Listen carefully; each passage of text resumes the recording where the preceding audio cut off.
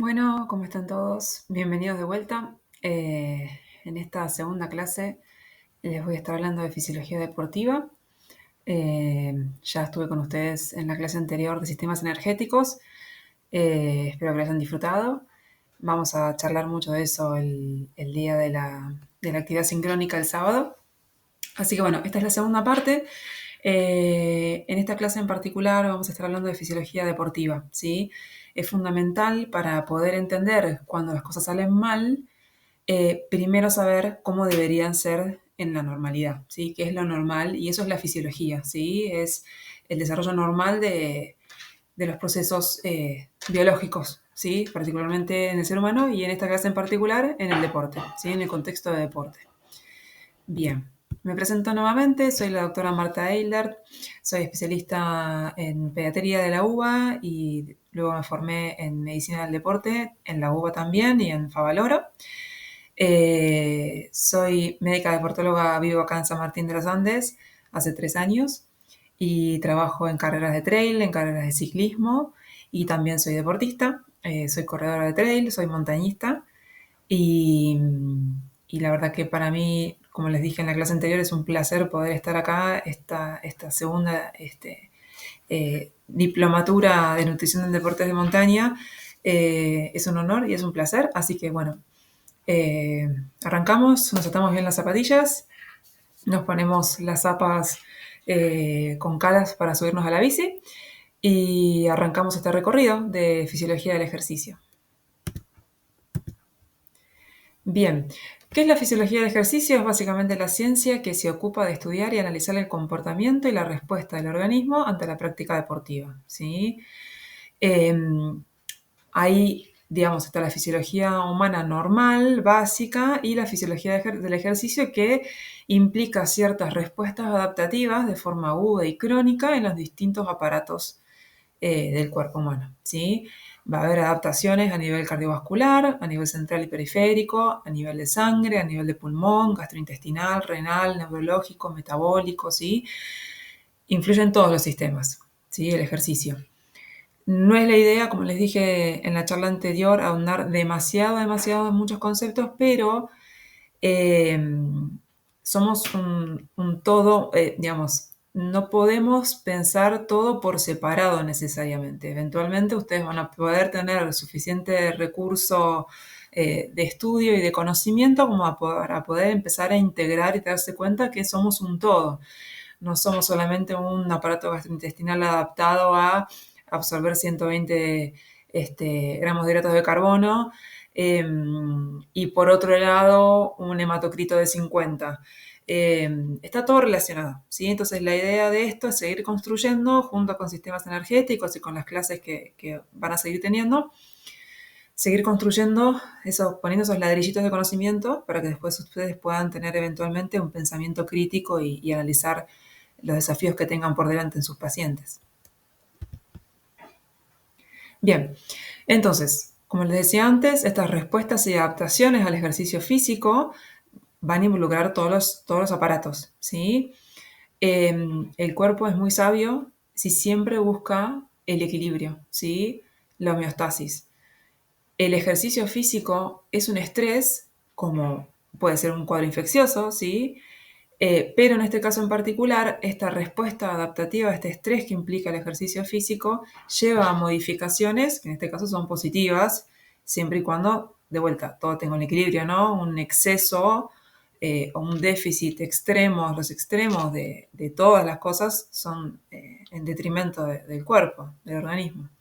Así que con un buen equilibrio, teniendo muchos factores en consideración, inclusive los principios del entrenamiento, que los vamos a ver en la clase sincrónica, podemos llegar a respuestas y adaptaciones positivas que nos lleven a una mejor performance. Bien, vamos a empezar por lo básico, aparato cardiovascular, ¿sí? Nosotros tenemos un aparato cardiovascular formado por un corazón que tiene 4 cavidades, tiene 2 aurículas, una aurícula derecha y una aurícula izquierda, 2 ventrículos, ventrículo derecho, ventrículo izquierdo, ¿sí? Y 2 circuitos, el circuito pulmonar, vascular, ¿sí? Y el circuito sistémico. El circuito pulmonar, que es básicamente del lado derecho del corazón, sale la arteria pulmonar, lleva sangre desoxigenada a los pulmones, donde se oxigena, vuelve por las venas pulmonares hacia aurícula izquierda, de ahí va a ventrículo izquierdo y sale eyectado por la aorta hacia todo todo el circuito sistémico que sale desde la aorta, donde lleva la sangre oxigenada a todos los tejidos, que después eventualmente va a retornar desoxigenada a través de las venas cava superior e inferior a la aurícula derecha, que va a ir al ventrículo derecho, que va a volver a salir a las arterias pulmonares. Hay un detalle que sí quiero que tengan en consideración, porque si no es muy confuso, es que por convención todo lo que sale del corazón se le dice arteria y todo lo que ingresa se le dice vena, lo cual no necesariamente está relacionado con la oxigenación o desoxigenación de la sangre, ¿sí? Por convención, todo lo que sale es arteria, todo lo que retorna al corazón es vena. Pero la sangre que va a contener va a ser oxigenada o desoxigenada según en qué parte del circuito estemos, ¿sí? Bien. Otra cosa importante, el ciclo cardíaco, ¿sí? El corazón tiene básicamente dos momentos. Un momento es la sístole, que es la eyección, ¿sí? Que es el momento de contracción del corazón. Y que ese volumen de eyección se llama volumen sistólico, ahora lo vamos a ver. Y por otro lado está la otra parte del ciclo cardíaco, que es la diástole, que es la relajación, que es donde se llenan las cavidades, ¿sí? Llega sangre al corazón, se llenan las cavidades, eventualmente ese corazón se contrae, hace la sístole y sale ese volumen de sangre. Un detalle también no menor es que el corazón se nutre en la diástole. Esto se lo digo ahora y se lo voy a volver a repetir después, ya van a entender por qué, ¿sí? Pero el corazón se irriga, no es que el corazón por tener sangre dentro de sus cavidades ya se esté irrigando, para eso están las coronarias, pero esa irrigación del corazón se da durante la relajación que es la diástole, ¿sí? Bien. Del aparato cardiovascular dijimos que la parte central era corazón y la parte del componente periférico, o sea, el aparato vascular, ¿sí? Las arterias, con todas sus ramificaciones, eventualmente los capilares y las venas, ¿sí? Y las funciones del aparato cardiovascular durante el ejercicio físico son básicamente brindar oxígeno y combustibles a los tejidos, retirar los productos metabólicos, ¿sí? Y la regulación de la temperatura corporal también. Ahora, teniendo este aparato cardiovascular con un componente central y periférico, las modificaciones que va a haber con el ejercicio físico va a ser de los dos componentes. Va a haber modificaciones centrales para adaptarnos al ejercicio y modificaciones periféricas. En general, lo que yo voy a hablar va a ser de ejercicio aeróbico, ¿sí? O sea, uno puede tener ejercicios de fuerza o ejercicios de resistencia aeróbica. Por lo general, los deportes en montaña son más de resistencia aeróbica. Entonces, las modificaciones que van a haber centrales y periféricas con el ejercicio físico van a estar más relacionadas con la actividad aeróbica, de resistencia. Bien, entonces, dentro de las modificaciones centrales está el aumento del gasto cardíaco. ¿Qué significa esto? El gasto cardíaco, por definición, porque bueno, en la medicina nos encanta hacer fórmulas y poner nombres medio complicados, el gasto cardíaco es lo mismo que el volumen minuto, ¿sí? Es la cantidad de sangre que el corazón eyecta por minuto, ¿sí? Y ese gasto cardíaco o volumen minuto va a ser igual que multiplicar la frecuencia cardíaca por la cantidad de sangre que yo eyecto en cada sístole, ¿sí? En cada contracción yo eyecto un volumen de sangre, eso es el volumen sistólico, ¿sí? Y eso se mide en mililitros por minuto. Y la frecuencia cardíaca en latidos por minuto. Entonces, en reposo, como una convención, ¿sí? Se dice que si la frecuencia cardíaca de una persona fuese 70 latidos por minuto y el volumen sistólico también fuera de 70 mililitros por cada latido, se dice que el gasto cardíaco promedio en reposo es de 5 litros por minuto, ¿sí? 4,9, redondeando 5 litros por minuto, ¿sí? Esa es la cantidad de sangre que eyecta nuestro corazón por minuto estando en reposo. Variaciones, un montón. Va a depender de la edad de la persona, va a depender del estado físico, el estado de entrenamiento que tenga, ¿sí? Pero por convención, promedio 5 litros por minuto estamos movilizando de sangre. Ahora, ¿por qué es importante esto? Porque nuestro aparato cardiovascular, en este caso la modificación central que va a haber, va a ser que yo voy a tener una musculatura que se está activando porque estoy empezando un ejercicio físico y yo voy a necesitar que llegue más cantidad de sangre y más cantidad de oxígeno contenida en esa sangre y más cantidad de sustratos, de glucosa, por ejemplo, para poder sostener ese ejercicio, ¿sí? Siempre hablando del metabolismo aeróbico, pero anaeróbico también, pero sobre todo aeróbico. Entonces, ¿cómo voy a responder a ese aumento de demanda metabólica por esos músculos que se están activando? Aumentando la cantidad de sangre que llega por minuto, ¿sí? Entonces, ¿cómo voy a hacer eso? Aumentando el gasto cardíaco. El principal factor que determina el aumento del volumen minuto o gasto cardíaco es el aumento de la frecuencia cardíaca, ¿sí? Después vamos a ver que el volumen sistólico, la cantidad de sangre que se eyecta por minuto, también influye mucho, pero el principal factor es la frecuencia cardíaca, ¿sí? Y lo que va a determinar ese aumento, hay varios factores que determinan ese aumento de frecuencia cardíaca, ¿sí? No es porque sí. Ya el solo hecho, no sé si alguna vez ustedes han entrenado por algún motivo o salido a hacer alguna actividad recreativa, ya en los minutos previos a empezar la actividad, uno ya siente un aumento de la frecuencia cardíaca, ¿sí? Ya hay una señal desde corteza cerebral donde hay un plan de una ejecución de un acto motor y ya desde la corteza le está avisando a mi aparato cardiovascular de que se tiene que empezar a activar porque va a haber más requerimientos, ¿sí? Por otro lado, también lo que se activa es el sistema nervioso simpático.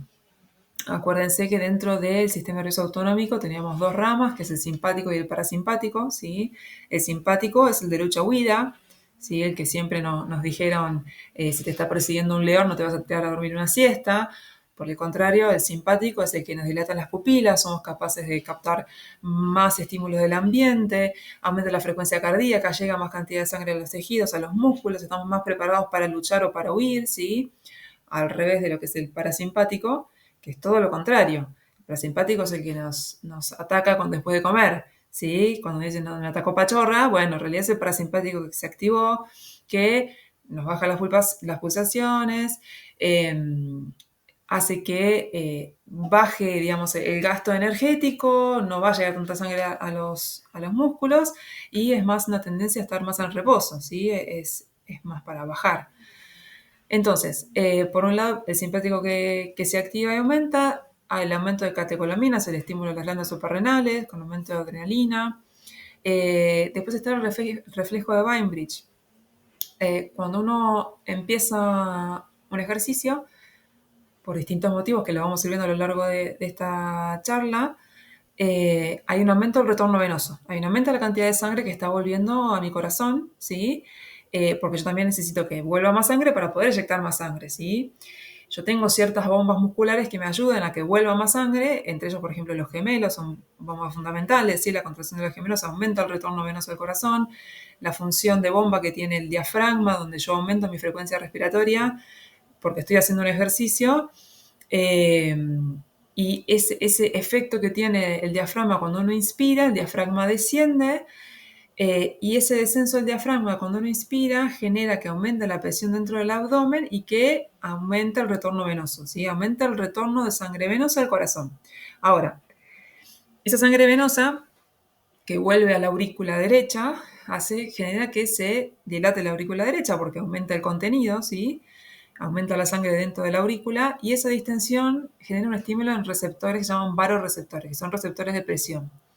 Esos varoreceptores, a través del nervio vago, mandan una señal al bulbo, ¿sí? Que es una parte del sistema nervioso que tenemos, donde está el centro vasomotor, y le avisa al bulbo de que está aumentando la cantidad de sangre que vuelve, hay que aumentar la frecuencia cardíaca para inyectar más. Entonces, eso genera que el bulbo aumente el estímulo simpático, ¿sí? Y baje el estímulo parasimpático. El nervio vago manda la señal al corazón, en realidad deja de mandar señales al corazón, ¿sí? El vago es parasimpático, entonces baja el tono parasimpático y aumenta el simpático, ¿sí? Y al aumentar el simpático, ese efecto del aumento del sistema nervioso simpático sobre el corazón, sobre el nódulo sinusal, me aumenta la frecuencia cardíaca, ¿sí? Y lo cuarto que pongo que respuesta anticipatoria es esto que yo les contaba de que ya el solo hecho de tener un plan de ejecución de un acto motor hace que mi corteza mande señales de que ya aumente la frecuencia cardíaca para activar, ¿sí? Ahora, ¿va a haber factores que van a alterar la frecuencia cardíaca? Sí, ¿sí? La anemia, por ejemplo. La anemia, pensándolo como una menor cantidad de hemoglobina en sangre, va a hacer que yo transporte menos cantidad de oxígeno, ¿sí? Por mililitro de sangre, y eso va a hacer de que mis tejidos que están demandando oxígeno van a necesitar que llegue más cantidad de sangre para un mismo volumen de oxígeno que yo tendría si no tuviera anemia, ¿sí? Entonces, para mantener los niveles de oxígeno en los tejidos estables, yo necesito tener más latidos por minuto, ¿sí? Puedo estar en reposo y estar taquicárdico, ¿sí? El hipo o el hipertiroidismo también afecta la frecuencia cardíaca. La altura, que es fundamental y que lo van a ver con Alejandra, aumenta, modifica la frecuencia cardíaca, la aumenta, ¿sí? Por esto que les decía el tema, en realidad no es un problema de la hemoglobina en la altura, sino una cuestión de presión parcial de oxígeno ambiental, ¿sí? Y otro dato no menor son los pacientes con beta bloqueantes, ¿sí? Con medicación beta bloqueante, que esos pacientes no van a tener una respuesta dentro de lo fisiológico al deporte. No van a tener el aumento de frecuencia cardíaca que yo esperaría si les hago una ergometría, ¿sí? Entonces, eso es muy importante consultarlo cuando tengan algún paciente que esté haciendo deporte, que esté transitando o iniciando algún deporte, si toma algún tipo de medicación, ¿sí?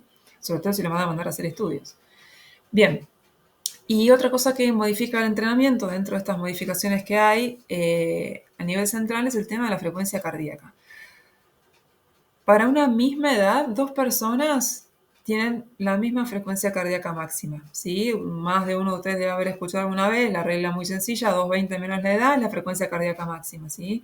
Dos personas de la misma edad van a tener la misma frecuencia máxima, frecuencia cardíaca máxima. Ahora, la frecuencia cardíaca de reposo que van a tener esas personas va a depender no de su edad, sino del estado de entrenamiento, ¿sí? Por distintos motivos, por distintos factores, como de forma adaptativa al ejercicio aeróbico de resistencia, la frecuencia cardíaca de reposo es más baja en las personas entrenadas. Entonces, si yo tengo, por ejemplo, una persona entrenada que en reposo tiene 40 de frecuencia cardíaca y su frecuencia cardíaca máxima es de 180, pues tiene 40 años. Entonces yo tengo una frecuencia cardíaca de reserva que me va de los 40 hasta los 180 latidos por minuto, ¿sí? Tengo 140 latidos de reserva para usar para poder entrenar, ¿sí? Ahora, una persona que no esté entrenada va a tener ese 180 de máximo también, pero su frecuencia cardíaca de reposo puede ser 60 o 70. Entonces ya la frecuencia cardíaca de reserva va a ser mucho más pequeña. Entonces, en eso, ese es un dato muy importante, el tema de la frecuencia cardíaca de reserva, porque la respuesta al ejercicio no va a ser la misma. Las intensidades que van a poder manejar no son las mismas, porque esa reserva que tengo de diferencia de frecuencia cardíaca entre el reposo y el máximo es diferente. Y también se modifica la frecuencia cardíaca submáxima. Dentro de lo que es el consumo de oxígeno, para mi consumo de oxígeno máximo, que lo vamos a ver ahora un ratito, para el máximo de oxígeno que yo puedo consumir, a un 60-80% de ese máximo, de mi máximo, que es particular, por ejemplo, o el máximo de cada uno, que es particular, al 60-80% de esa máxima intensidad se considera que es la frecuencia cardíaca submáxima y que es la intensidad ideal para ejercicios moderada intensidad, donde son principalmente metabolismo lipolítico y donde se adquiere la mejor adaptación cardiorrespiratoria, ¿sí?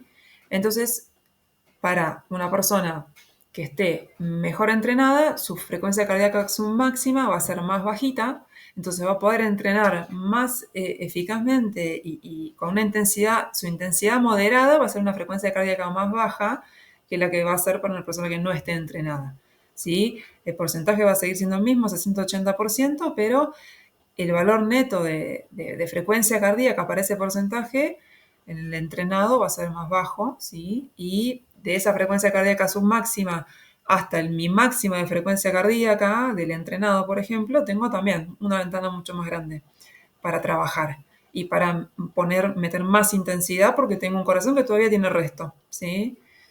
Bien, espero que se haya entendido, quizás no es tan sencillo. Si es necesario, el sábado lo volvemos a rever y se los vuelvo a explicar con otras palabras, ¿sí? Bien, el gráfico de la derecha es muy importante porque habla también de lo que es la redistribución de flujo sanguíneo. Esa es una de las modificaciones, es más bien periférica más que central, pero es súper importante porque si ustedes se fijan en la imagen de abajo, que es en el reposo, los porcentajes de distribución de sangre no tienen nada que ver con los porcentajes de distribución de sangre en el ejercicio, ¿sí? En el ejercicio, fíjense que el aporte de sangre a músculo estriado es muchísimo más grande, baja el aporte el flujo sanguíneo renal, va a seguir manteniéndose a nivel óseo un menor aporte, va a aumentar un poquito a nivel del sistema nervioso. En piel también puede ser que aumente un poco, sobre todo para disipación de energía. Va a aumentar a nivel cardíaco, obviamente, pero a nivel del tracto gastrointestinal, la verdad que adaptativamente es mucho más sensato de que no haya un gran aumento. Yo necesito más volumen de sangre en los músculos para funcionar que lo necesito en el aparato digestivo. ¿Sí? El aparato digestivo lo necesito obviamente para incorporar nutrientes, pero ahí también viene el desafío, porque si yo tengo la gran mayoría del porcentaje de mi sangre en el músculo, yo no voy a poder pretender que mi aparato digestivo funcione como si estuviera en reposo, ¿sí? Y por eso también es que el aparato digestivo, la nutrición, se entrena, ¿sí? El intestino se entrena. No estamos diseñados para andar comiendo cosas en las carreras y tomando cosas que nunca comimos ni tomamos antes o en volúmenes que nunca consumimos antes. Va a salir mal, no hay con qué darle, así que no lo intenten. Siempre todo se prueba antes de los entrenamientos, no se prueba nada nuevo, sobre todo a nivel nutricional, el día de la carrera. Bien, ahora, yo les dije que el gasto cardíaco tenía dos componentes, ¿sí? Tenía la frecuencia cardíaca, que era el principal factor que modificaba el gasto cardíaco, pero también la descarga sistólica, el volumen de contracción, o sea, es el volumen de sangre que sale en cada sístole, en cada contracción del ventrículo, ¿sí? Y ese gasto cardíaco va a tener tres componentes que lo condicionan, ¿sí? La precarga, la poscarga y la contractilidad. ¿Qué es la precarga? La precarga, vamos a pensarlo de forma sencilla, ventrículo izquierdo, ¿sí? Que es el que eyecta la sangre por la aorta a toda la parte sistémica, a los músculos, que es lo que estoy usando ahora, que salí a correr, por ejemplo. Entonces, me llega la sangre de los pulmones oxigenada a la aurícula, de ahí va al ventrículo izquierdo. Ahora, la presión que tiene que soportar la pared de mi ventrículo izquierdo cuando llega esa sangre al final de la diástole de la relajación, eso es la precarga, ¿sí? Esa es la tensión que tiene que soportar la pared. ¿Por qué aumenta la precarga en el ejercicio? Por lo que les contaba antes, porque aumenta el retorno venoso. Porque yo estoy usando mis músculos que están haciendo contracción, esa contracción funciona como una bomba, y también lo hace el diafragma, que hace que me aumente el retorno venoso también desde el abdomen. Entonces, todo ese volumen de sangre que de más que está llegando, me aumenta la precarga, me aumenta la presión que tiene que soportar la pared de mi ventrículo al final de la diástole, ¿sí? De la relajación. Por otro lado está la poscarga, ¿sí? La poscarga es la fuerza que tiene que hacer mi ventrículo para poder eyectar esa sangre, ¿sí? Entonces, eso en realidad va a depender de cómo esté el aparato, digamos, toda la parte vascular, ¿sí? Sistémica, todo mi aparato vascular, las arterias principalmente, que son las que dan el tono vascular, es el principal factor que va a condicionar qué presión tiene que hacer mi ventrículo para eyectar esa sangre. Si hay una resistencia, no es que el ventrículo hace una contracción suave y la sangre fluye sola porque eh, está fluyendo sin ningún tipo de resistencia. Por el contrario, si yo tuviera por algún motivo algún problema en el tono vascular y tuviera mucha contracción vascular, mucha vasoconstricción periférica, mi corazón tendría que hacer muchísima fuerza en contra de eso para vencer esa resistencia de los vasos a que la sangre fluya. Por eso, una de las adaptaciones que genera el ejercicio es vasodilatación, ¿sí? No solamente porque necesito sacar más sangre y que ese corazón tenga la potencia para poder sacarla con menor resistencia, sino porque aparte vasodilatamos porque queremos que llegue más sangre a los tejidos que la necesitan, con más oxígeno, con más sustratos energéticos, ¿sí? Entonces, otra de las cosas que sucede es que disminuye la poscarga, ¿sí? Aumenta la precarga, baja la poscarga y aumenta la contractilidad. La contractilidad o inotropismo es una de las capacidades que tiene el corazón desde la contracción, la capacidad de acortarse y de generar una fuerza independientemente de la precarga y la poscarga. Entonces, en las personas entrenadas, la sístole es más efectiva, ¿sí? Porque tiene el aumento de la contractilidad, va a aumentar el volumen minuto, o sea, va a aumentar el gasto cardíaco a expensas de un aumento del volumen de eyección que yo tengo y no necesariamente de la frecuencia cardíaca. O sea, resumiendo, yo lo que les dije es que el principal determinante del gasto cardíaco en el ejercicio, sobre todo de moderada intensidad, es la frecuencia cardíaca, factor fundamental. ¿Qué me va a diferenciar una persona entrenada de una desentrenada?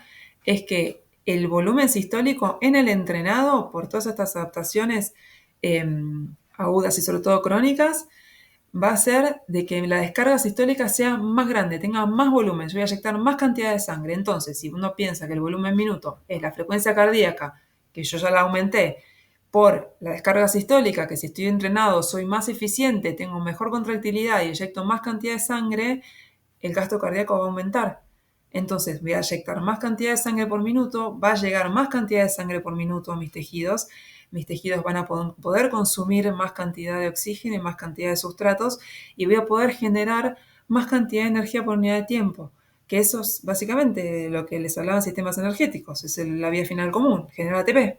¿Sí? Me hago más eficiente para poder generar más energía, ergo mayor intensidad de ejercicio sostenida por mayor cantidad de tiempo. ¿Sí? Un detalle con respecto a la contractilidad que no me quiero olvidar es la ley de Frank Starling.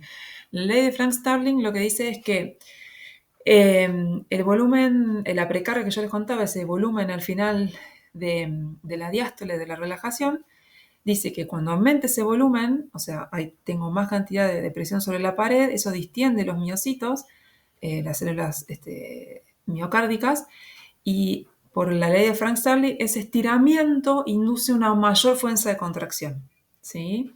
Y eso lleva a inducir que aumente la precarga. Bien. Ahora, hablamos de las modificaciones centrales, vamos a hablar ahora de las periféricas, ¿sí? Periféricas me refiero es todo lo que ya por fuera del corazón. Arterial, venoso, capilar, ¿sí? ¿Cuáles son las modificaciones periféricas?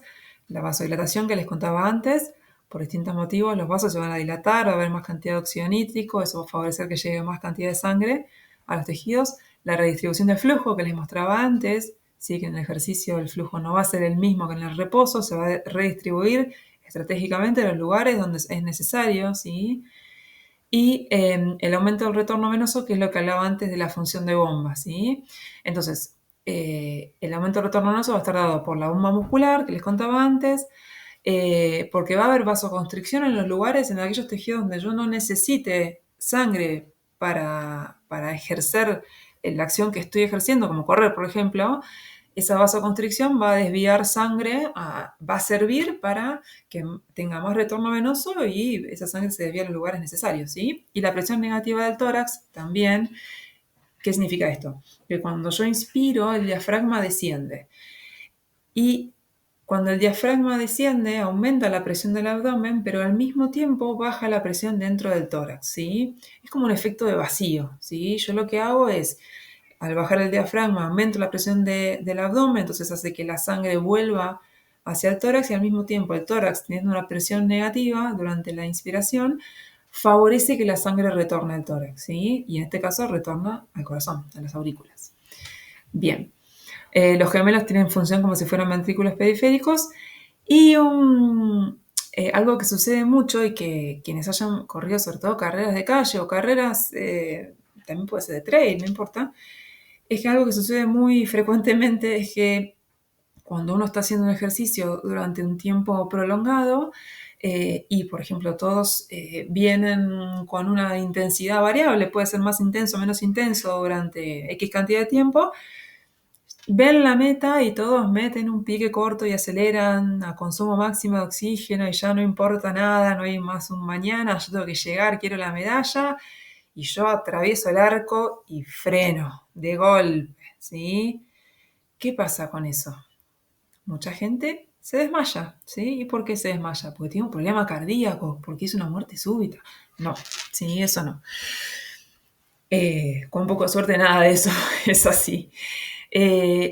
Lo que sucede en esos casos es que yo vengo con un aparato cardiovascular a nivel periférico, con vasodilatación, tengo toda la sangre desviada a los músculos, tengo la función de bomba de las piernas, tengo el diafragma que también está funcionando con un aumento de frecuencia respiratoria y demás, pero si yo freno súbitamente, no tengo más la función de bomba, tengo toda la sangre en la periferia y no le doy tiempo al aparato cardiovascular a readaptarse a una baja de la intensidad del ejercicio, entonces básicamente no llega sangre a los lugares fundamentales, que es básicamente el cerebro, ¿sí? Entonces eso genera un síncope post-esfuerzo. Hay una caída súbita del retorno venoso, porque tengo toda la sangre en la periferia y las bombas que tenía que me devolvían la sangre hacia el centro ya no están funcionando porque frené de golpe y termina siendo un síncope post-esfuerzo, ¿sí? Así que no se asusten si algún día en una carrera ven que alguien frena de golpe, levanta los brazos, festeja y cae como una mosca.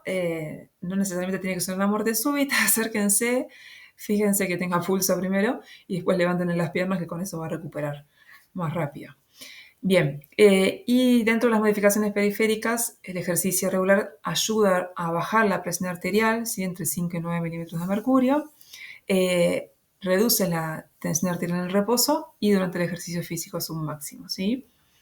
Y otra modificación periférica que va mucho de la mano con las modificaciones pulmonares, el aumento de la diferencia arteriovenosa de oxígeno, ¿sí? ¿Qué significa esto? Que cuando yo tengo la sangre oxigenada que va por las arterias hacia los tejidos, el contenido arterial de oxígeno es de 20 mililitros de oxígeno para cada 100 mililitros de sangre, ¿sí? Esa sangre oxigenada, fresquita, que acaba de salir de pulmón, perfecta, va a los tejidos captan ese oxígeno, le dan dióxido de carbono a la sangre para que después lo limiten los pulmones, pero se quedan con parte de ese oxígeno, extraen oxígeno del que venía trayendo. Así que de esos 20 mililitros de oxígeno cada 100 mililitros de sangre arterial que yo tenía, cuando termine siendo venosa y retornando al corazón derecho, el contenido venoso de oxígeno va a ser de 16 mililitros, ¿sí?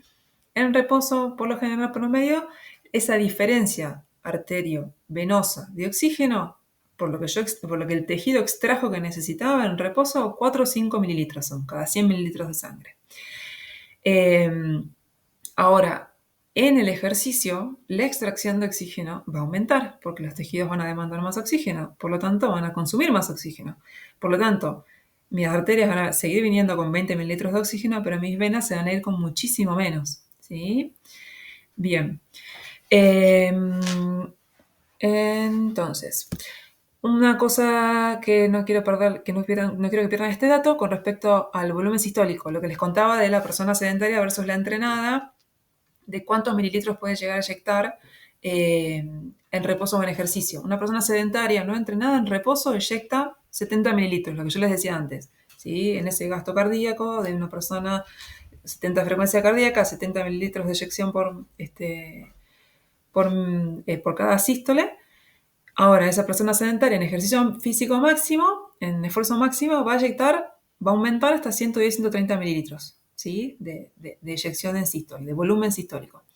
Ahora, un atleta de resistencia que está entrenado, en el reposo va a eyectar 80-110 mililitros de sangre, pero en ejercicio físico máximo va a eyectar hasta 170-200 mililitros de sangre, ¿sí? Entonces, estando entrenado, tanto en reposo como en ejercicio físico máximo, la persona entrenada es más eficiente. Cada latido tiene más eficiencia porque eyecta mayor volumen de sangre, ¿sí? Bien. Entonces, ¿cuál es el resultado de las adaptaciones centrales y periféricas? Bueno, la magnitud del aumento del gasto cardíaco va a depender de la masa muscular implicada, ¿sí? Cuanto más masa muscular implicada haya, más oxígeno voy a necesitar consumir, por lo tanto voy a necesitar más frecuencia cardíaca, más descarga sistólica y voy a aumentar el gasto cardíaco. Va a depender de la intensidad de ejercicio, obviamente, y de la capacidad que tenga ese corazón de aumentar esa descarga, ese volumen sistólico, ¿sí? Ahora, el gasto cardíaco no es infinitamente, que aumenta de forma infinita, porque hay un límite de cuánto podemos. Acuérdense que la frecuencia cardíaca máxima era un estándar según la edad, y mi volumen sistólico, la cantidad de sangre que yo puedo eyectar, va a estar limitado también por la cantidad de sangre que yo puedo cargar. A ver, si yo tengo un corazón que se carga durante la relajación, yo necesito un tiempo mínimo para que ese corazón se cargue. Si yo tengo una frecuencia cardíaca muy, muy alta, el tiempo de carga de ese corazón, el tiempo de diástole, se va a ir acortando. Y va a llegar a un límite donde, primero, que la frecuencia cardíaca no va a poder aumentar más y que si la frecuencia cardíaca es muy alta, no le voy a dar tiempo a que se cargue lo suficiente para tener un volumen sistólico útil, ¿sí? Entonces, en este gráfico de abajo que ven con la línea verde, esto es la intensidad del ejercicio y esto es el gasto cardíaco, ¿sí? En un ejercicio físico de intensidad incremental, yo voy aumentando la intensidad y tiene un aumento lineal el gasto cardíaco. Yo aumento sobre todo frecuencia cardíaca, aumento. Ya llega un momento que la frecuencia cardíaca mucho más no va a poder aumentar, o sea, el aumento va a ser proporcional a la intensidad hasta un 60 o 70% del consumo máximo de oxígeno, ¿sí? Ahora, por encima del 70%, el gasto cardíaco va a aumentar solamente a expensas de frecuencia cardíaca, o sea, ya no puedo aumentar más la descarga sistólica, el volumen sistólico, entonces la curva va a tender a aplanarse y si yo sigo en esto va a tender a caer, ¿sí? Porque mi volumen sistólico va a ser cada vez menos, porque mi frecuencia cardíaca es cada vez más arriba, pero el volumen que yo puedo eyectar es cada vez menor porque no tengo tiempo para llenar el corazón, ¿sí? Bien. Entonces, ¿a qué viene todo esto? Al famoso VO2 max, ¿sí? Que todo el mundo está enloquecido, que se quiere medir el VO2 max, que se quiere hacer los estudios y demás. Bueno, ¿qué es el consumo máximo de oxígeno? Está expresado por la ecuación de Fick, ¿sí? El consumo máximo de oxígeno es el gasto cardíaco por la diferencia arteriovenosa de oxígeno, ¿sí? Entonces esto viene un poco a resumir todo lo que les conté hasta ahora. ¿De dónde viene ese consumo máximo? O sea, yo tengo que entender de que mi consumo de oxígeno va a estar condicionado por la capacidad que tengan mis tejidos de extraer ese oxígeno de la sangre, ¿sí? Que es esa diferencia arteriovenosa, que es el componente periférico, y la capacidad de mi componente central de aumentar ese aporte de sangre, ¿sí? Mi capacidad de aumentar el gasto cardíaco, ¿sí? Si yo tengo la posibilidad de aumentar el gasto cardíaco y aumentar la diferencia arteriovenosa de oxígeno, mi consumo máximo de oxígeno va a ser más alto, ¿sí? Bien, entonces, ¿qué es el consumo de oxígeno? No máximo. El consumo de oxígeno es un parámetro fisiológico que indica la cantidad de oxígeno que se consume en los tejidos por unidad de tiempo, ¿sí? Y es el mejor indicador de resistencia cardiorrespiratoria. Yo lo puedo expresar en valores absolutos, como litros por minuto de oxígeno que consumo, o como en valores relativos, ¿sí? Que es más específico para cada sujeto, ¿sí? Porque va a ser los mililitros de oxígeno que se consumen por kilo de peso por minuto, ¿sí? Ahora, la medición del consumo máximo de oxígeno lo que me va a reflejar es la integridad de todo el aparato cardiorrespiratorio hasta los tejidos, porque yo lo que estoy evaluando ahí es la capacidad que tengo de mi aparato respiratorio de tomar oxígeno del ambiente, de que ese oxígeno llegue a los alvéolos, haga hematosis, pase a la sangre, de la sangre mi aparato cardiovascular lo lleve desde el corazón, por las arterias, hasta los capilares, hasta el tejido, que se puede hacer el intercambio de gases, donde el oxígeno pase a las células, que en las células el oxígeno vaya a la mitocondria, participe en todo lo que es metabolismo aeróbico para eventualmente generar energía. Y cuanto más energía genero, más ATP genero por unidad de tiempo, más intenso puede ser el ejercicio que yo puedo estar desarrollando, ¿sí? Entonces, es una evaluación de potencia aeróbica, es una evaluación de clase funcional, ¿sí? Estoy evaluando variables centrales, variables periféricas y también la variable respiratoria, ¿sí? Es muy abarcativo. ¿Cómo se expresa el consumo de oxígeno en MET? ¿Sí? Un MET es una unidad funcional, es una unidad metabólica, que significa que en reposo mi metabolismo basal para tener mis constantes vitales, sin hablar, estando en silencio, tranquila, para básicamente existir, necesito o estoy consumiendo en ese metabolismo basal 3,5 mililitros de oxígeno por kilo de peso por minuto, ¿sí? Eso es una unidad metabólica, es un METS. Si alguien se ha hecho de ustedes alguna ergometría alguna vez, van a ver que el resultado está expresado en METs, ¿sí? Y si yo tengo cuántos METs logré en una ergometría, lo multiplico por 3,5 y ahí tengo mi VO2 max, ¿sí? Y como les decía en la clase anterior, en un evento deportivo va a ganar el que consiga mantener el mayor porcentaje de consumo máximo de oxígeno por el mayor tiempo posible, ¿sí? El más eficiente, básicamente. Entonces, resumiendo, Hablamos de la parte central, hablamos de la parte periférica. Esto lo miran tranquilo, son las adaptaciones de forma resumida. Una cosa más que no les comenté es el tema del aumento de la capilarización. Hay un aumento de la densidad capilar a nivel muscular como adaptación al ejercicio de resistencia aeróbica. Entonces eso va a hacer que, obviamente, como tengo más capilares, por miofibrilla va a llegar más cantidad de sangre, más cantidad de oxígeno, y eventualmente voy a ser más efectivo en generar mayor cantidad de energía, ¿sí? Por unidad de tiempo. Y lo que va a poner el límite al ejercicio máximo va a ser el aparato cardiovascular y el músculo periférico. Bien, vamos con el aparato respiratorio. Respiramos hondo, nos estiramos un poco, párense, hagan 2-3 pasitos, tomen un poco de agua, un café, un matecito, depende de la hora que sea.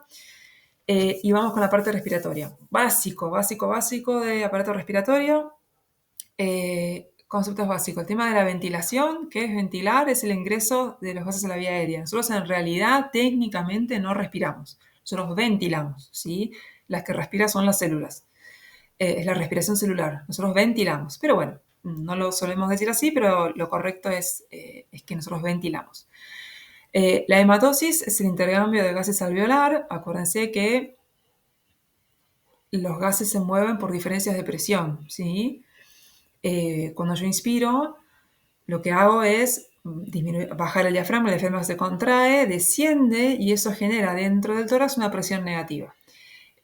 Esa presión negativa con respecto a la presión de la atmósfera, del aire que nos rodea, hace que el aire, los gases en la atmósfera, en el aire, tiendan a entrar al tórax porque van de un lugar de una presión positiva a una presión negativa, se mueven por diferencia de presión. Entonces, la inspiración inicialmente es pasiva, ¿sí? Yo no necesito ser, digamos, pasiva en el sentido de que solamente con moviendo el diafragma los gases se mueven por diferencia de presión. Una vez que el oxígeno llega al alvéolo, que acá van a ver un pequeño dibujito, ¿sí?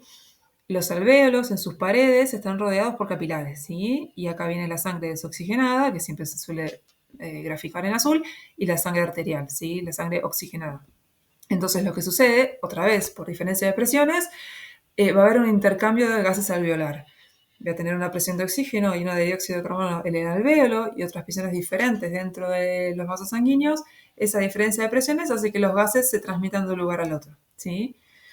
Y la difusión es ese movimiento de esos gases, ¿sí? Bien. Otro detalle importante es el tema de la relación ventilación-perfusión. Eso les voy a mostrar un gráfico un poquito más adelante en el siguiente. Pero es la relación entre tener alvéolos bien ventilados y bien perfundidos. Si yo tengo un alvéolo bien ventilado, bien perfundido, con un vaso, con un capilar que lo esté perfundiendo, la relación entre ventilación-perfusión es la ideal, ¿sí? Es el secreto de una buena hematosis. Y eso suele darse, o se da en reposo, en la zona media del pulmón. Ahora lo vamos a ver. Y lo de la bomba respiratoria es el diafragma, ¿sí? Que era lo que les conté anteriormente. ¿Cuál es la función de la respuesta pulmonar al ejercicio? Es la homeostasis, es el equilibrio de la concentración de gases en sangre arterial y mantener un bajo grado de resistencia vascular pulmonar, ¿sí? Una de las adaptaciones al ejercicio es que hay vasodilatación no solamente periférica, ¿sí? Sino también a nivel pulmonar para favorecer que pase más cantidad de sangre por unidad de tiempo con menos resistencia, haya más intercambio de gases y esa sangre bien oxigenada pase a circulación sistémica, ¿sí? Y la presión alveolar de dióxido de carbono va a ser el principal mecanismo de regulación de la ventilación a nivel vulvar, ¿sí? Bien, esto es lo que les mostraba antes, espero que se vea el cursor. Acá está la imagen de los capilares que están rodeando los alvéolos, ¿sí? Y acá está la difusión de gases, ¿ok? Ahora, el adecuado intercambio gaseoso, como les decía antes, requiere que haya un acoplamiento óptimo entre la ventilación alveolar y la perfusión sanguínea. En el pulmón, por cuestiones de presiones también, en la ápice de los pulmones va a haber alvéolos mejor ventilados, pero menos capilarizados. O sea, no van a tener tantos capilares los alvéolos, voy a tener una buena ventilación, pero una mala perfusión. Entonces la relación ventilación-perfusión va a ser mayor a 1. No importa el valor, sepan que los ápices están mejor ventilados que perfundidos. La parte media del pulmón es la que mejor relación ventilación-perfusión tiene y las bases están mejor perfundidas pero peor ventiladas, ¿sí? ¿Qué significa esto? Como ejemplo, el hecho de que esté menos ventilado hace que la sangre que pase por estos alvéolos que están menos ventilados no se va a oxigenar tanto como si se va a oxigenar la sangre que pase por los alvéolos de la parte media del pulmón, ¿sí? Que están bien ventilados. Bien ventilado, bien perfundido es lo ideal, ¿sí? Acuérdense que la capacidad de difusión del dióxido de carbono es 20 veces mayor que la del oxígeno, ¿sí? Y acá está lo que les contaba un poco antes del tema de diferencia de presiones, es que a nivel pulmonar, dentro del alvéolo, yo voy a tener una presión alveolar de oxígeno constante de 105 milímetros de mercurio, ¿sí? Y que cuando venga mi sangre desoxigenada, que es el extremo venoso, la presión de oxígeno en la sangre desoxigenada va a ser de 40 milímetros de mercurio. 40 contra 105, por diferencia de presiones, el oxígeno va a difundir a través de la membrana alveolo-capilar, estando todo dentro de lo normal, ¿no? Esto es fisiología, no es patología. Dentro de lo fisiológico va a difundir y esa sangre va a salir oxigenada con una presión de 100 milímetros de mercurio, ¿sí? Y el dióxido de carbono que viene en la sangre venosa con una presión arterial, presión de dióxido de carbono de 45 milímetros de mercurio contra los 40 milímetros de mercurio de presión alveolar de dióxido de carbono, va a difundir el dióxido de carbono hacia los alvéolos, ¿sí? Se va a descargar y va a salir por sangre arterial con menos cantidad. Y en los tejidos va a pasar al revés. En la célula muscular yo voy a tener menor presión de oxígeno. Cuando llegue la sangre arterial, la presión de oxígeno va a ser más alta, así que el oxígeno va a difundir hacia el miocito, ¿sí? Y el vaso, el capilar, se va a cargar de dióxido de carbono. Bien, así como teníamos matemáticas para el aparato cardiovascular, también lo tenemos para el respiratorio. Y en este caso, el volumen minuto no es el volumen minuto cardíaco, es el volumen minuto respiratorio, que es la cantidad de ventilación, digamos, el volumen que yo muevo por minuto y la frecuencia respiratoria. O sea, el volumen minuto respiratorio es la frecuencia respiratoria que yo tengo por el volumen corriente. La frecuencia respiratoria normal en reposo es entre 12 y 16 ventilaciones por minuto y el volumen corriente es el volumen inhalado y exhalado que yo muevo en reposo en cada ciclo respiratorio. En cada inhalación-exhalación muevo aproximadamente 500 mililitros, ¿sí? Entonces, si yo hago la frecuencia respiratoria por el volumen corriente, me da alrededor en reposo unos 6 litros por minuto de aire que estoy movilizando, ¿sí? Ahora, durante un ejercicio físico no incremental, no es que voy de menos a una intensidad máxima, sino un ejercicio que arranco, una intensidad intermedia, que lo mantengo en el tiempo, va a haber 3 fases de la respuesta ventilatoria, ¿sí? Nadie empieza un ejercicio hiperventilando, ¿sí? Todos empezamos los primeros minutos, donde por ahí estábamos en reposo, los primeros 30, 50 segundos en realidad va a ser la fase 1, donde hay un aumento brusco, ¿sí? Acá lo ven, es una línea prácticamente vertical, donde la ventilación aumenta, ese volumen minuto respiratorio aumenta exponencialmente, ¿sí? Que también puede ir acompañado de una hiperpnea anticipatoria. ¿Qué es esto? Así como yo les dije que cuando yo estoy por anticipar, que estoy por arrancar un ejercicio físico, mi corteza ayuda con el aumento de frecuencia cardíaca para ir preparando los tejidos para eso que yo voy a realizar, también hay un aumento de frecuencia respiratoria anticipatoria. ¿Por qué se llama hiperpnea y no taquipnea? Porque como no requiere de esfuerzo, la hiperpnea es el aumento de frecuencia respiratoria sin esfuerzo. La taquipnea es el aumento de frecuencia respiratoria con esfuerzo, ¿sí? Esto es preparatorio, es anticipatorio. Entonces se llama hiperpnea y no taquipnea, ¿sí? Bien, entonces, primera fase, primeros 30 a 50 segundos, aumenta exponencialmente el volumen minuto respiratorio. En la fase 2, cuando yo ya estoy haciendo el ejercicio, van pasando algunos minutos, va a aumentar de forma gradual y ya a los 3, 4, 5 minutos, depende de la persona, yo entro en una fase estable, que es la fase 3, que se sostiene a lo largo del ejercicio. Si yo mantengo la intensidad del ejercicio, el volumen minuto respiratorio se va a mantener, ¿sí? Y una vez que freno el ejercicio, lo que tenemos después es durante la recuperación, tenemos que reponer esa deuda de oxígeno que tuvimos al principio, que empezamos a movernos y a consumir oxígeno cuando todavía no teníamos la compensación respiratoria, no habíamos aumentado la frecuencia, no habíamos aumentado el volumen minuto respiratorio y ya estábamos haciendo el ejercicio. Entonces, cuando frenamos de hacer el ejercicio, si ustedes lo analizan o alguna vez se dieron cuenta, seguimos con una ventilación aumentada, ¿sí? Y eso es para reponer esa deuda de oxígeno que nos queda del principio. Bien. No me voy a explayar mucho en esto. Sí es importante el tema de la curva de disociación de la hemoglobina, sobre todo en altura. Eso lo van a ver más con Ale. Lo vamos a charlar igualmente el sábado si queda alguna duda. Pero bueno, básicamente la curva de disociación de la hemoglobina habla de que digamos, para determinada presión de oxígeno, yo voy a tener un porcentaje de saturación de la hemoglobina, ¿sí? Acuérdense que para que todo esto funcione de forma armónica, tiene que haber, como yo les dije antes, que ese aire del ambiente termine en el tejido haciendo metabolismo aeróbico, tiene que haber en sangre suficiente cantidad de transportadores como la hemoglobina que transporte ese oxígeno hasta los tejidos. 97% del oxígeno se transporta en sangre unido a la hemoglobina y el 3% disuelto en sangre, ¿sí? Si yo no tengo hemoglobina suficiente, va a ser un problema.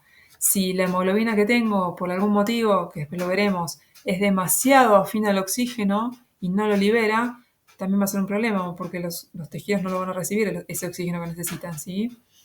Ahora, dentro de lo fisiológico, hay un movimiento de esta curva, ¿sí? Esta curva cuando la sangre, la hemoglobina básicamente cargada de oxígeno en la sangre arterial se acerca a los tejidos, disminuye la afinidad de la hemoglobina por el oxígeno. La curva se desplaza hacia la derecha, ¿sí? Entonces, lo que hace ahí es la hemoglobina disociarse del oxígeno y el oxígeno pasa a los tejidos. Cuando la sangre venosa se acerca al pulmón, cuando va a nivel pulmonar, la curva se corre a la izquierda y la hemoglobina aumenta su afinidad por el oxígeno. Entonces la capta con más afinidad, ¿sí? Y esto es lo fisiológico, como tiene que ser, que la hemoglobina capte con más afinidad el oxígeno en el pulmón y que se haga menos afín al oxígeno y que se lo saque de encima a nivel de los tejidos, ¿sí? Que es lo que queremos. Bien, entonces, ¿cuáles son los resultados de las adaptaciones del aparato respiratorio al ejercicio físico? Aumenta el flujo sanguíneo pulmonar, ¿sí? Así como vasodilaté a nivel sistémico para que llegue más sangre a mis músculos, voy a vasodilatar a nivel pulmonar para que aumente la hematosis y el intercambio de gases, ¿sí? Aumenta la diferencia arteriovenosa de oxígeno, los que le habías contado antes. Aumenta 20 veces el reposo a un ejercicio físico de máxima intensidad, ¿sí? Volviendo. Consumo máximo de oxígeno era gasto cardíaco por diferencia arteriovenosa de oxígeno, ¿sí? Durante el ejercicio, mi tejido demanda más oxígeno, por lo tanto, la sangre arterial, que tenía un valor de oxígeno, va a salir muchísimo más desoxigenada a nivel venoso porque mi tejido va a haber extraído muchísimo más. Cuanto más entrenado estoy y más eficiente soy metabólicamente, más cantidad de oxígeno voy a poder sacarle a esa sangre arterial para generar más energía. Entonces, esa diferencia va a ser cada vez más grande. Entonces, mi VO2 max, haciendo la cuentita matemática, va a ser más alto, ¿sí? Aumenta el volumen minuto respiratorio a expensas de aumento de la frecuencia respiratoria, de 12 a 20 ventilaciones por minuto que tenemos en reposo, podemos llegar a 35 a 45 y los ELIT a 60 a 70 ventilaciones por minuto. Y también del volumen corriente, ese volumen que yo tengo por cada ciclo de inspiración-expiración, puede pasar de 500 mililitros hasta 2 litros, ¿sí? Aumenta el triple la capacidad de difusión y la relación ventilación-perfusión se hace uniforme en todo el pulmón, reclutando capilares y aumentando la densidad de los capilares en torno a los alvéolos, ¿sí? Y la presión de oxígeno y la de dióxido de carbono se mantienen normales aún en ejercicio físico intenso, ¿sí? Que es lo que busca, como les dije al principio, la homeostasis, el equilibrio, ¿sí? Bien, bueno, espero que no estén como Dory, que más o menos vayan entendiendo todo esto. Acuérdense que lo podemos volver a charlar el sábado. Lo más como relevante o quizás un poquito más pesado son la parte cardiovascular y respiratoria. Vamos a hablar de un par de adaptaciones más. Pero como les dije al principio, somos un todo.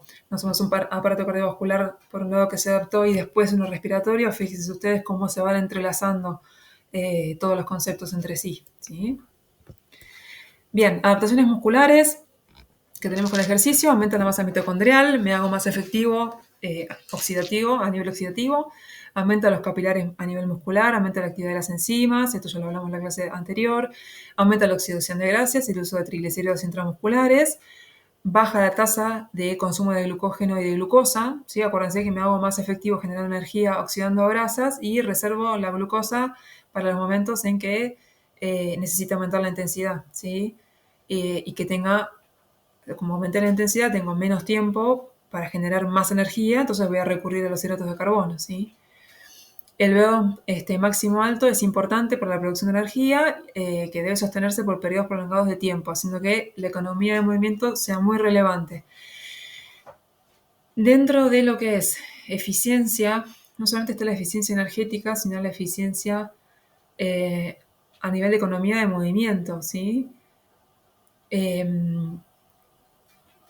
Cuando uno se hace más eficiente también a nivel biomecánico, en muchas conductas motoras, yo voy a utilizar de forma más eficiente mis contracciones musculares digamos, voy a usar quizás menos grupos musculares o más grupos musculares o de forma más eficiente la contracción y cocontracción de agonistas antagonistas para que con la menor cantidad de energía posible yo pueda generar la mayor performance, ¿sí? Así como es a nivel energético, es a nivel mecánico también, ¿sí? Obviamente, a mayor economía de movimiento, menor consumo de oxígeno. Si consumo menos oxígeno para generar movimientos cada vez más intensos, soy cada vez más eficiente. Bien, a nivel hematológico se expande el volumen plasmático. Esto es algo muy frecuente, que es la anemia del deportista, anemia del atleta, que se puede ver en el laboratorio. No es una anemia real, es por un aumento de volumen plasmático que es fisiológico, que es normal, y que no le da ningún déficit. Déficit es un mecanismo adaptativo, ¿sí? Aumenta el volumen de eritrocitos, de glóbulos rojos, y aumenta el hematocrito y la hemoglobina. Esa adaptación lleva semanas a meses. Está involucrada la eritropoyetina, que saben que es una hormona que tiene origen renal, pero también saben que es una hormona que se usa para doping, lamentablemente. Y los cambios en este volumen de la serie roja va a depender de la intensidad, la duración y el tipo de ejercicio físico. Ahora, el ejercicio físico intenso prolongado va a generar un descenso del número de glóbulos rojos hasta un 12 o un 30%, ¿sí? Y esto va a suceder porque va a haber hemólisis, va a haber destrucción de glóbulos rojos por microtraumatismos, por compresión de los capilares, por las contracciones musculares intensas. Los capilares van por dentro del músculo, las contracciones musculares muy intensas, y incluso también el trauma repetido de la planta de pie, por ejemplo, corriendo sobre superficies duras, y también el aumento de la velocidad del flujo de sangre por el aumento del gasto cardíaco. Esos tres componentes llevan a que se destruyan glóbulos rojos.